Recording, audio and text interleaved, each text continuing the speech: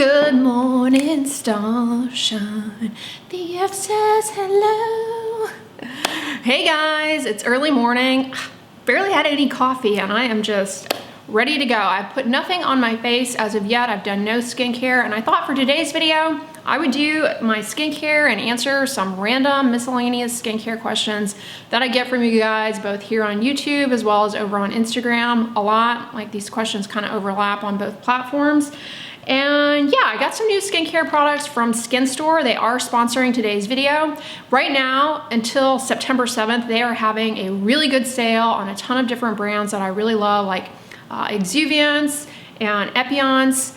And if you use my code, you can get an additional 10% off the already sale price, the already discounted sale price. So take advantage of it.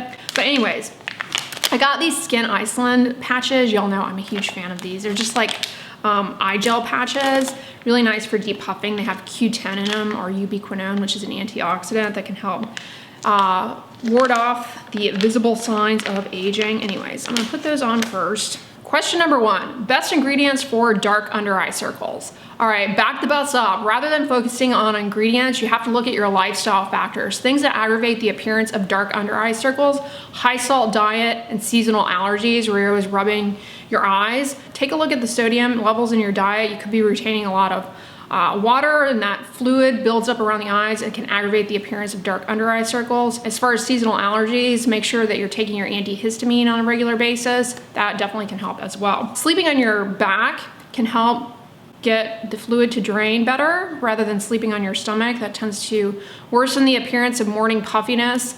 As far as ingredients though, things that may help minimize the appearance of dark under eye circles include caffeine and vitamin K. I have a video, by the way, which I'll link down below, on vitamin K for dark under eye circles, and I have another video all about how to diminish the appearance of dark under eye circles. So check that out. Number two, are chemical sunscreens safe in pregnancy? Yes, there is a lot of fear mongering around chemical sunscreens. I'm not a fan of the fear mongering, and a lot of it stems from the fact that we do know that some chemical sunscreen ingredients are absorbed into the body, but to what extent, if any, that has an impact on human health has not been determined, and people have been using chemical sunscreens for decades and decades, and there's no evidence of any harm to human health.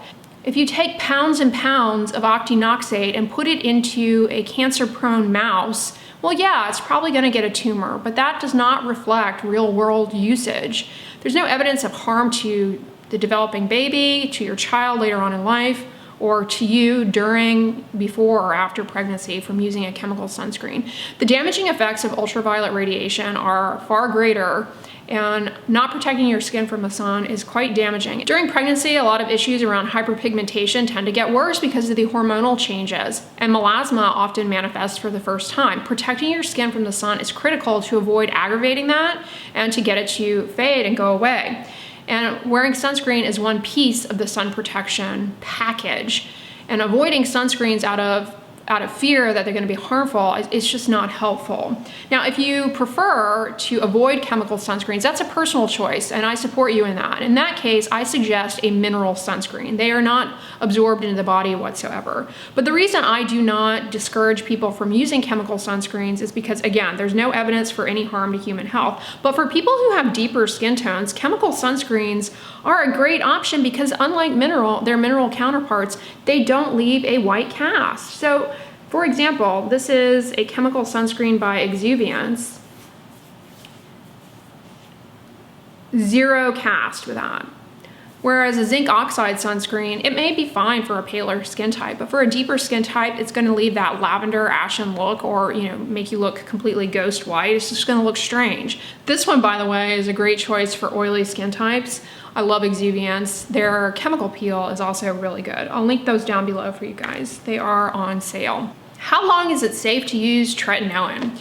You can use tretinoin indefinitely, provided you tolerate it without any irritation. There's no reason to worry about long-term safety of using tretinoin. It's more than safe to use indefinitely. They don't impact you negatively. They only can help in removing sun damage and helping boost up collagen production. They can help the barrier function of your skin. They really are a helpful ingredient, more than safe to use indefinitely.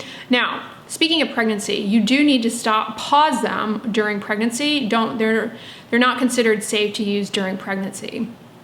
But that would be the only reason to stop, is if you become pregnant. And then after you deliver, it's more than safe to resume use. What do you think about KYBELLA? So KYBELLA is a treatment for basically a double chin. It really is a great procedural intervention to correct a double chin and to get a more defined jawline.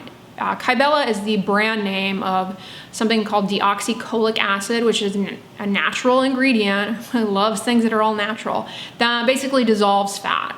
And it permanently dissolves the fat, so it helps to correct a double chin, give you a nice defined jaw. If you have kind of people refer to it as turkey neck. I don't really think that's the nicest thing to say, but whatever. It can actually help improve the appearance of that quite a bit. The price is going to depend on where you are, but you do need to have about 3 to 4 sessions in order to get the results. So it's not a one and done thing. You need to have several sessions, and after that, the results are maintained. It takes about 15 to 20 minutes to do, so it's not time intensive. There's not really any extensive downtime or anything. So yeah, it's a great option for getting a more defined jawline. All right, I've had these on for about 10 minutes. These are vegan, by the way, and fragrance free, of course, my favorite. I've had them on for about 10 minutes. Another thing you can use these for is you can put them around the smile lines. They just give a little bit of spot focused hydration. Brighten up the under eye area. I really enjoy doing these. Okay, next up I'm gonna come in with this Rhodial SPF 20 skin tint. This looked interesting to me. I've heard a lot of good things about this brand, but this is a tinted moisturizer. It has peptides in it, which can help improve hydration in the skin by holding on to water, and long-term may have a skin firming effect. And this is tinted, so it has iron oxides, which may help offer some additional protection against those pro-pigmenting wavelengths of visible light. I got the shade Hamptons, first time trying it out. The next question is, can you talk about vitiligo? Okay, vitiligo is an autoimmune condition in which your immune system attacks the pigment producing cells, the melanocytes, leading to hypopigmented area, and then eventually it will depigment as that process goes on. And so basically you have white patches, and this is a condition that can have a tremendous impact on your emotional well-being. And how do you treat it? Well, you can treat it with topical steroid creams because, again, it's an autoimmune attack. So the topical steroid creams, they quiet down that immune attack, and you can get repigmentation with that. But topical steroids aren't so great always to use long term. They do have side effects. They can cause stretch marks, especially if they're used in areas where you have skin on skin contact. On the face, more likely to cause side effects. It can cause like redness, rebound redness, perioral dermatitis, acne. An alternative to topical steroids is another type of anti-inflammatory cream called a calcineurin inhibitor. Protopic is one, for example, and this can be used safely long term, and also can help bring the pigment back by quieting that immune attack. Another treatment that works great is phototherapy using narrowband UVB. What the heck is that? Isn't UVB those rays from the sun that burn our skin? Yes, but we take a very select, narrow part of that spectrum of UVB and deliver it to the skin in a very controlled fashion at a dosage dependent on your skin type and response to light. And because ultraviolet radiation suppresses the immune system, it helps silence that autoimmune attack. It works quite well. We've got some new treatments that are really showing promise, a class of medications called JAK inhibitors that target a specific piece of the immune system to silence that inflammation from the autoimmune attack. And people are getting really good pigmentation back with the JAK inhibitors. There are JAK inhibitors that you take by mouth, oral, and then there are some now that you can apply to the skin topically, like in a cream, that are proving to work quite well. And then there's surgical treatment. You take a small little sample of skin from an area that has not been impacted and you transplant it into the vitiligo area, and that can work really well. If you start noticing all of a sudden that your vitiligo is spreading or you're getting new spots, try and get in to see your derm right away, because that's a sign that it's progressing. And in that case, if you get a treatment with an oral steroid, prednisone, early on, it can actually halt that progression and make it so that your vitiligo doesn't end up being as extensive. So unfortunately, it's very difficult to cure. Sometimes it just burns out, but in some cases, it ends up being something that you deal with for the rest of your life. Having vitiligo does make it more likely that you will have other autoimmune conditions, like autoimmune thyroid disease. Can I use LHA with tretinoin? LHA, if you're not familiar, is a modified form of salicylic acid. And unlike just regular salicylic acid, it's a little bit more precise in how it exfoliates, but it's still a chemical exfoliant. And for that reason, we don't recommend that you use it alongside tretinoin. We don't recommend you use any chemical exfoliants along with tretinoin because it can be just too irritating. So you wouldn't want to use them together, and you wouldn't want to use them in the same routine. But it's more than fine to use your tretinoin at nighttime and the LHA in the morning. LHA is a really good ingredient for helping with oiliness, helping exfoliate the pore. It's great for people who have post-inflammatory hyperpigmentation or acne that heals with a dark mark. LHA can help improve skin texture and skin tone. So it's a great ingredient, but I would not advise using it along with tretinoin at the same time. It can be very irritating. Y'all know I've really been enjoying this Epionce sunscreen, the Ultra Shield. It's on sale, by the way, SPF 50. I talked about this in my last monthly favorites video. I've really been enjoying it. It's a combination sunscreen, water resistant. It does leave a bit of a white cast because it does have zinc in it. But I wanted to try their tinted mineral sunscreen, the Daily Shield. So I got that. It too is on sale. This one's water resistant and it's a mineral sunscreen. All right, while I put on this sunscreen, the next question is, can I mix a chemical sunscreen and a mineral sunscreen? You do not want to mix sunscreen. So in other words, if you have two sunscreens, you don't want to mix them together in your hand and put them on. Doing so will impact the ability of the sunscreen to protect you properly. Mixing it with another sunscreen or mixing it in with a moisturizer or a lotion or another product or your makeup, that definitely can alter the formulation overall and really mess up how the filter set up or the active ingredient set up. So I don't ever recommend mixing together two sunscreens, but it is more than fine to layer sunscreens. You can layer a chemical sunscreen, allow it to absorb and dry fully, and then put on a mineral sunscreen on over it. It's more than fine to do that. This kind of has a peachy brown tint to it. I'm kind of liking that. Any tips for FORDYCE spots? FORDYCE spots are basically oil glands where they're not supposed to be, and they're not associated with a pore like normal oil glands or sebaceous glands. Normal sebaceous glands, they are attached to a pore, which is basically a hair follicle, but FORDYCE spots occur outside of that.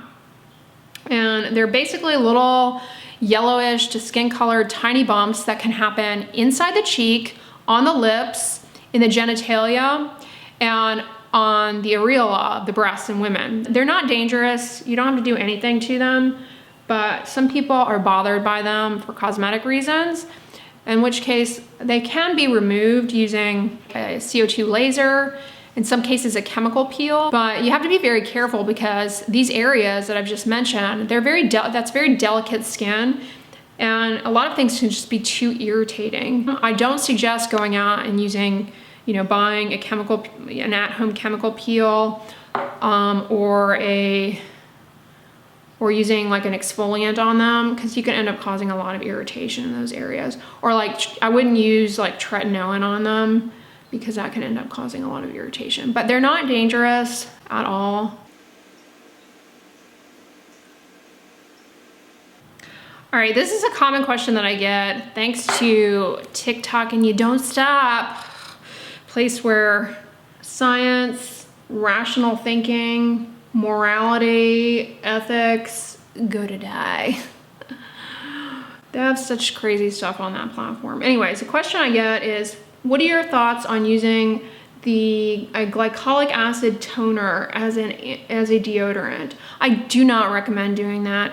The thought process behind using glycolic acid as a deodorant is that it will help balance out the pH of the skin, making it, acidify it, making it more healthy. That's gonna cultivate a more normal skin microbiome and kind of weed out those skin microorganisms that break down your sweat and lead to body odor. Actually, a lot of natural deodorants, they will use a similar, some of them use that approach. Some of them use this technique, they'll use like mandelic acid in a product. But the problem with using hydroxy acids, especially glycolic acid, in the armpit is the skin in the armpit is very delicate and prone to a lot of irritation. Plus, you have skin-on-skin contact, occlusion, and moisture from sweat. So that can be incredibly irritating. You can get a really, really bad irritant contact dermatitis from doing that. So I do not suggest using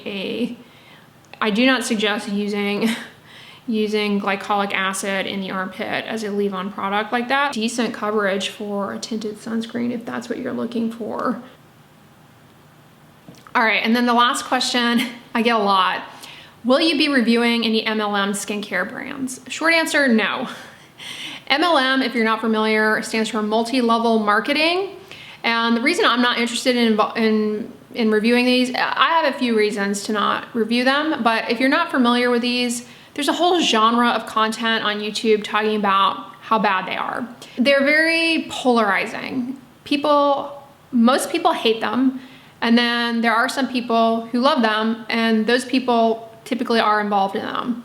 And so I think that kind of content for me, somebody who really doesn't know much about them, if I start talking about them, I think it's just gonna create a very inflammatory space and not going to really help anybody in the long run. So I don't care to review them. I do, I'm a normal person just like you guys. Well, I mean, normal we'll put definitely in heavy duty air quotes there, but I am a normal person. My whole life I've known many, many people, friends, acquaintances, friend of a friend involved in these. My impression had always been that they were just this kind of passing phase that friends of mine would go through where they would be involved in these and they seemed to enjoy them. I never, they never made it seem as though they were making money. I never believed they were making money off of these, and I'm sure they didn't, but it just seemed like kind of a passive hobby, something they enjoyed, like they would host these parties and stuff. Anyways, I mean, you guys, I'm sure you know somebody who has been involved with them. So my whole life, I was like, whatever, oh, okay, it's one of those, I didn't even know up until a few years ago what they actually were called. I just knew them as like, those kind of Tupperware party type things. And I never paid any mind to them, and my friends and acquaintances who were always involved in them, they would kind of fizzle out and that would be the end of that. You never hear anything about them. But now on YouTube, there's all this content talking about people's experience with them, mostly negative. In fact, there's a whole genre of anti-MLM content online against these. And so I don't know. To me, I feel like it's just not going to be helpful for me to review those products because it's not going to attract, that type of content is going to attract one or two people. People who want to see me drag the products, and people who sell the products and want me to promote the products and basically be in their MLM, which I'm not interested in at all. I could easily make content ragging on those products. I'm sure they're laden with fragrance just like every other brand. I'm sure they've got an eye cream and a serum and that. I could say most of the same things that I say about any skincare brand about those, and it's not going to be uniquely different from my other content, so the information is going to be repetitive. The only unique thing about it is that it's going to be an MLM, so it's going to attract the anti-MLM people. And if there happens to be a product in there that objectively I can't say anything negative about, then it's going to be like, well, you're promoting an MLM, and don't you know how bad? Yeah, you can't really win with the MLMs, and I don't create content to win people over at all. I always know that people are going to hate me because I didn't like their eye cream or whatever. okay, it doesn't bother me.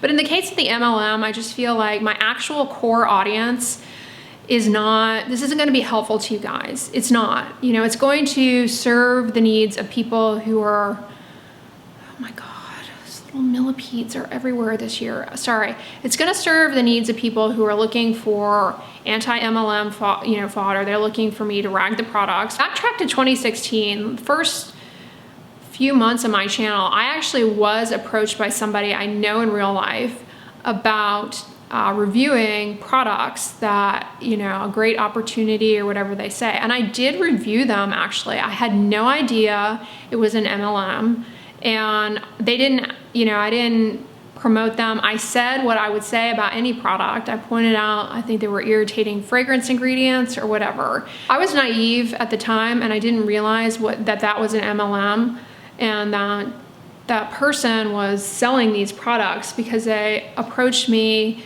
and were like, I have some skincare products I would really love for you to review. Can I send them to you? So I didn't think too much about it, but in retrospect, knowing what I know now, I see right through exactly what that was. But yes, if you do go back to the very beginning of my channel, like the first year I was on YouTube, the first few months, there is a review of a brand that is an MLM. It's kind of an, you know, off the cuff. It's not like a sit down dedicated video or anything. It was before I really, you know, knew what I was doing on YouTube. Not that I know what I'm doing on YouTube, but anyways, it wasn't like a serious sit down video review or anything like that. And I was naive at the time about it, and I sent the products back and that was that. But knowing what I know now, yeah, I definitely got played on that. But like I said, I mean, we've all known somebody. This was before a lot of the anti-MLM content came out, so I didn't know, you know, some of the negative opinions about it. And that MLM, by the way, has since been, I don't know if it's over or they just moved into more mainstream retail outlets. So yeah, to answer your question, no, I will not be reviewing your MLM. Whether it be a hair care product, a skincare product, you're not gonna get an objective review from me on that because it's just too divisive. I'm not interested. I'm gonna go in the bathroom, put on my mascara, and comb my hair. I'll be right back. All right, I'm all sunscreened up for the day. I'm really happy with this tinted Epionce mineral sunscreen. Looks good, and the Rhodial tinted moisturizer was another great one. Don't forget to check out the SKINSTORE sale and use my code Dr. Dray 10 to get an additional 10% off already on sale items. Great deal. I hope you all enjoyed this Q&A. If you like these kind of random Q&As, I'll put my last one on the next slide for you to watch if you missed it. But if you like this video, give it a thumbs up, share it with your friends, and as always, don't forget, sunscreen and subscribe. I'll talk to you guys tomorrow. Bye.